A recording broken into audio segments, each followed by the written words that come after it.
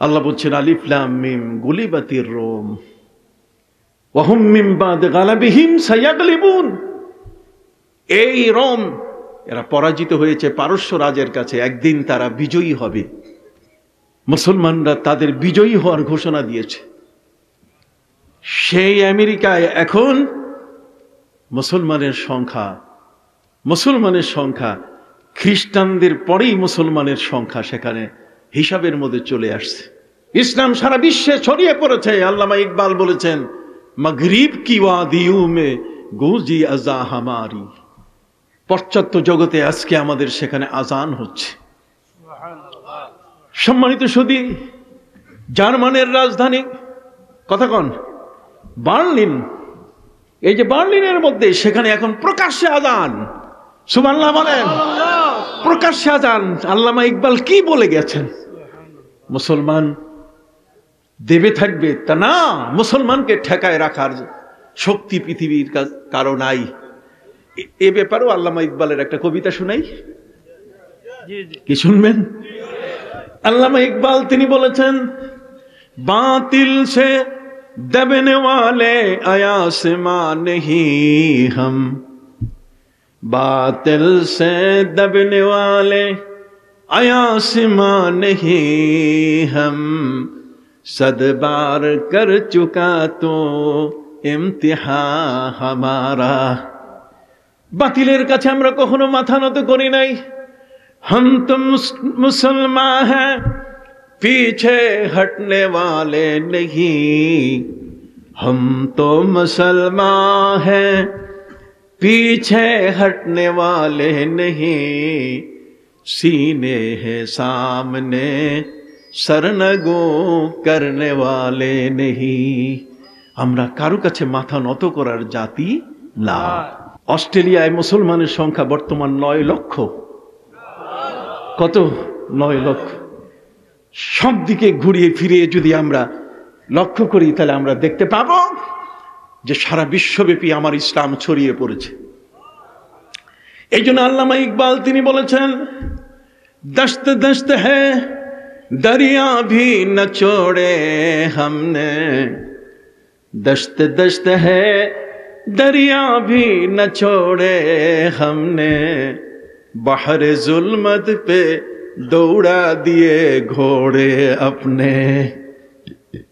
পারস্যের সেই বিশাল সমুদ্র, পারস্যের সেই সমুদ্র পার হতে গিয়ে হযরতে সাদ রাদিয়াল্লাহু তাআলা তার সঙ্গীদেরকে নিয়ে যখন তিনি ইসলাম প্রচার করতে করতে পারস্য সাগর পর্যন্ত পৌঁছে গেলেন, তখন তিনি দেখলেন পারস্য সাগর পার হয়ে ওই আফ্রিকার মানুষদের কাছে ইসলাম প্রচার করার জন্য কোনো সেতু, কোনো ব্রিজ কিছুই নাই, কোনো ফেরি নাই, কোনো জাহাজ নাই, কিছু নাই।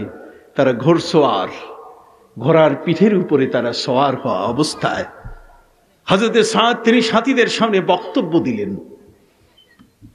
সাথীদের সম্মুখে তিনি বক্তব্য দিয়ে বলেন, প্রিয় সাথী বন্ধুগণ, ইসলাম প্রচার করতে করতে পারস্য সমুদ্র পর্যন্ত এসেছি, এবং পারস্য সমুদ্র পর্যন্ত এসেই কি ইসলাম শেষ হবে?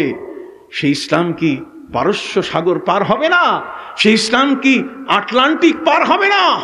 সেই ইসলাম কি ওই যে নর্থ সি, কথা বলেন, উত্তর প্রশান্ত মহাসাগর কি পার হবে না? তাহলে ওদের কাছে ইসলাম কে নিয়ে যাবে? সুবহানাল্লাহ বলে। ওই সমস্ত মানুষের কাছে ইসলাম কে নিয়ে যাবে? অতএব চলো ঘোড়ার পিঠের উপরে চড়ে পারস্য সমুদ্রের উপরে ঘোড়াগুলো চালিয়ে দেই। যদি ঘোড়াগুলো ডুবে আমরা যদি মারা যাই, কিয়ামতের ময়দানে আল্লাহর কাছে বলতে পারবো যে আল্লাহ, তোমার ইসলামকে প্রচার করার জন্য আফ্রিকার মানুষদের কাছে যাওয়ার জন্য আমরা কোনো পথ খুঁজে পাই নাই, কোনো কালভার্ট, কোনো ব্রিজ, কোনো ফেরি পারাবার কিছু ছিল না। আমরা সে ঘোড়াগুলোকে চালিয়ে দিয়েছি পানির উপর দিয়ে, যাতে করে ইসলাম সেখানে পৌঁছানো যায়, কিন্তু পারি নাই। ঘোড়াগুলো সহ পানিতে ডুবে মরে গেছে। সমস্ত সাথী রাজি হয়ে গেলেন। দেখছেন ঈমানের জোর কত বড়, কথা বলেন। সবাই মিলে তারা রাজি হয়ে গেলেন। রাজি হওয়ার পরে বলছেন তাহলে ঠিক আছে, ঘোড়ার পিঠে তোমরা চাবুক মারো, ঘোড়ার পিঠে চাবুক মারার সাথে সাথে একসাথে তারা পারস্য সমুদ্রের উপরে তাদের ঘোড়াগুলো চালিয়ে দিলেন। খোদার কসম হযরত সাদ বলেন, চোখের নিমিষে এই ঢেউয়ের মাথায় পা দিয়ে দিয়ে সব আমাদের ঘোড়াগুলো চোখের নিমিষে পার হয়ে গেল। এই জন্য আল্লামা ইকবাল বলছেন, দস্তে দস্তে হয়, যদি হিমালয় পর্বতের মতো বাধা সৃষ্টি হয়, মুসলমানকে কোনোদিন আটকাতে পারবে? চীনের যেমন প্রাচীর, ঠিক চীনের প্রাচীরের উচ্চতা কতটুকু? যদি হিমালয় পর্বতের মতো এই ৩৫,০০০ ফিট উঁচু দিয়ে যদি কেউ মুসলমানকে বেড়া দিয়ে, বাধা দিয়ে, কাঁটাতারের বেড়া দিয়ে যদি ইসলামকে ঠেকাতে চায়, পারবে না। যারা বলেন পারবে? সম্মানিত সুধী, এই জন্য আল্লামা ইকবাল বলেছেন, দস্ত দস্ত হ্যায় দরিয়া ভি ন ছোড়ে হামনে। আমরা হিমালয়কেও ছাড়ি নাই, আমরা সমুদ্রকেও ছাড়ি নাই। দস্ত দস্ত হ্যায় দরিয়া ভি ন ছোড়ে হামনে, বাহরে জুলমত পে দৌড়া দিয়ে ঘোড়ে আপনে। আমরা সেই সমুদ্রের কালো পানিগুলোর উপরে, ঢেউয়ের উপরে আমাদের ঘোড়াগুলোকে চালিয়ে দিয়েছি। চোখের নিমিষে সেই ঘোড়াগুলো আমাদেরকে পারস্য সাগর পার করে আফ্রিকার জমিনে পৌঁছিয়ে দিয়েছে। সুবহানাল্লাহ। তাহলে ইসলাম কি শুধুমাত্র মক্কা মদিনার জন্য না সারা বিশ্বের জন্য? এই জন্য নবী করিম সাল্লাল্লাহু আলাইহি ওয়াসাল্লাম তিনি সাম্রাজ্য বিজয়ী নবী ছিলেন না, তিনি আদর্শবাদী একজন নবী ছিলেন। লাকাদ কানা লাকুম ফি রাসূলিল্লাহি উসওয়াতুন হাসানা।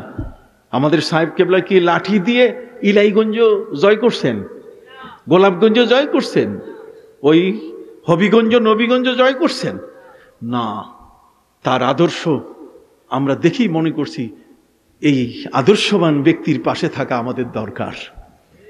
কি বলেন, ঠিক না?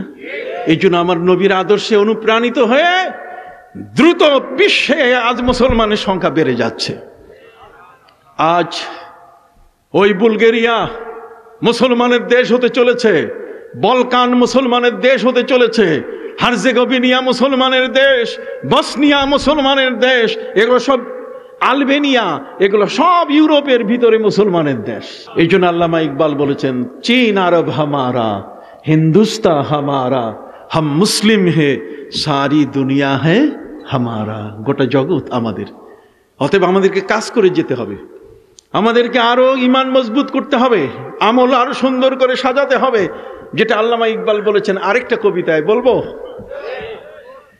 আল্লামা ইকবাল বলেছেন, একই মাহকাম আমল পেহম, একই মাহকাম আমল পেহম, मोहब्बते फाते आलम, जिहादे जिंदगी में ये है मर्दों के शमशीरे।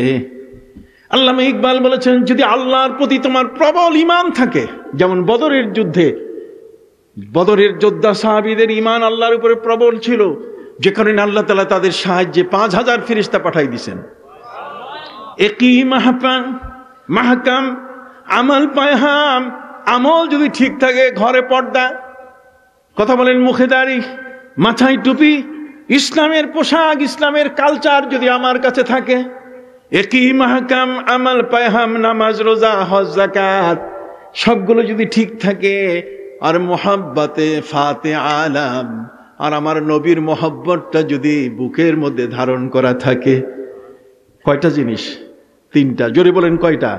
তিনটা। একটা আল্লাহর প্রতি প্রবল ঈমান, আরেকটা হচ্ছে নেক আমল, জোরে বলেন একটা কি, আর তৃতীয় নম্বর হলো নবীজির কি, মহব্বত। যদি এই তিনটা জিনিস তোমার কাছে থাকে, তাহলে পৃথিবীতে আর তরবারি লাগবে না, এই তিনটেই তোমার জন্য তরবারি হয়ে যাবে। জেহাদে জিন্দগি হে জিন্দগি মে, জেহাদে জিন্দগি মে ইয়ে হে মর্দু কে শমশিরে। যুদ্ধের ময়দানে এটাই হচ্ছে মুসলমানের তরবারি। কথা বুঝেন নাই? নবীর আদর্শ আপনার কাছে নাই, আপনি জয়লাভ করতে পারবেন না।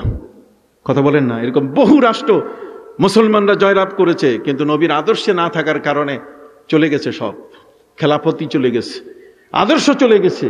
যখন তারা প্রমত্তরী নারী নিয়ে ব্যস্ত হয়ে পড়েছে, কথা বুঝতে পারছেন?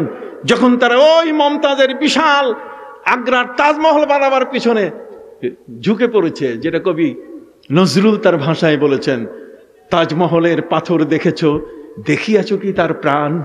তাজমহলের পাথর দেখেছো, দেখিয়াছ কি তার প্রাণ?